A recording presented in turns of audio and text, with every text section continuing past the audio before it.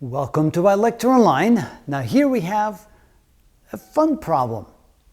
Not that it's not difficult to do, but it is a fun problem. And what's going on here? Well, we have two springs, one on either end. We first push a block that has a mass of 5 kilograms against the first spring and compress it a distance of 0.15 meters. Notice the spring constant of both springs is the same, 200 newtons per meter. We let go. Also notice that for most of the route between the two springs, there's no coefficient of friction. It's equal to 0, so therefore there's no friction, but there's a small patch of distance of 25 centimeters or 0.25 meters where the coefficient of friction is 0.08.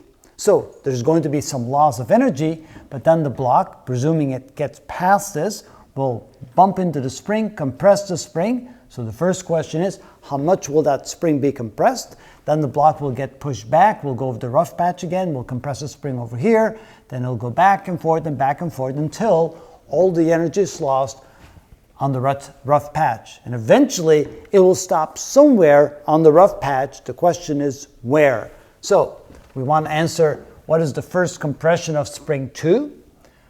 How many times does the block go across the rough patch? And finally, where does the block finally stop?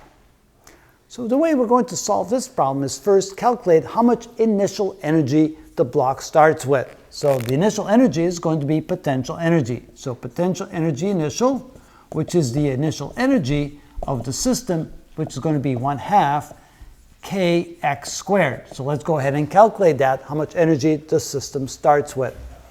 So that means we have 1/2 the spring constant times the distance, 0.15 squared. And let's see how much energy that is. 0.15 squared times 100, which is 2.25 joules. Now let's calculate how much energy is lost when it goes across the rough patch. So energy lost each time it goes across the rough patch is equal to, well, that would be the work it requires to go across that rough patch, which is force times distance. It's the friction force times distance. And how do we calculate the friction force? Well, when the block is on top of the rough patch, and let's put the block over here for a moment, then you can see that we'll have the weight mg, the normal force n, which means that the friction force is going to be equal to the normal force times mu, which is equal to mg mu. All right, so the friction force is going to be equal to mg mu, and we have to multiply times the distance, the length of that rough patch. Let's plug in the numbers and see what we get.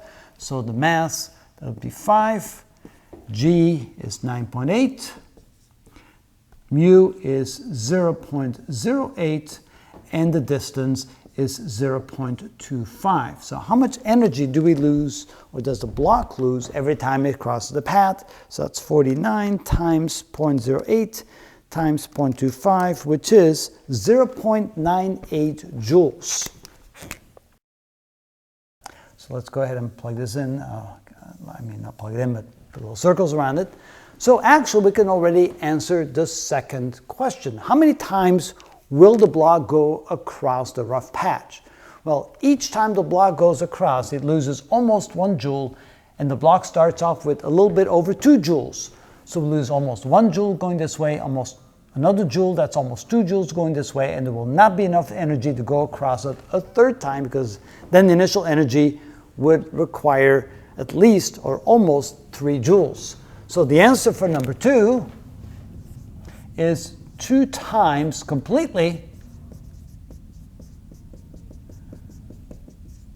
but then it will stop on the third pass through from left to right. So it'll go from left to right, right to left, and back left to right, but it will not make it all the way across the third time. So then the third question is, how far will it go before it comes to a complete stop?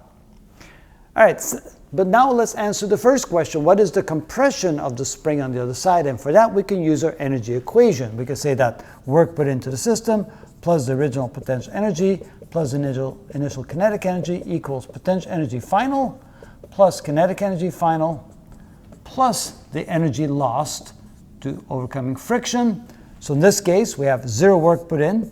The initial potential energy was 2.25 joules. plus the kinetic energy initial is 0 because it starts at rest. Potential energy final is going to be 1/2 kx2 squared plus 0 kinetic energy, because when spring 2 is completely compressed, there's no motion, and energy lost will be 0.98 joules.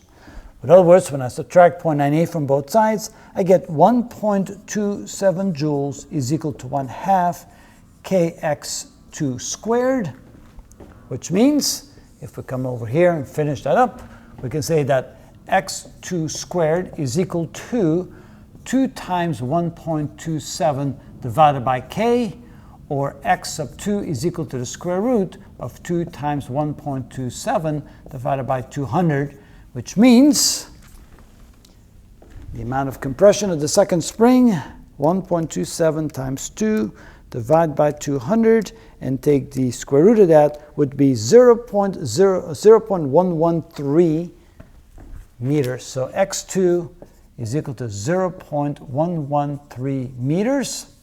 So notice it started out with compressing x1 0.15 meters, then it goes over there, it loses some of the energy, then the compression will be 0.113 meters. It'll come back across the patch, then back onto the patch. So here we can say our first answer is x sub 2 equals 0.113 meters. And finally, 3, where does it come to a complete stop? So notice how much energy is left after it's gone through the second time, and now it's trying to get through the patch the third time. So on the third pass, we start with the initial energy initial, which is 2.25 joules, minus 0.98 for the first pass, and minus 0.98 joules for the second pass. So that means that the energy left is this minus that would be 0.29 joules.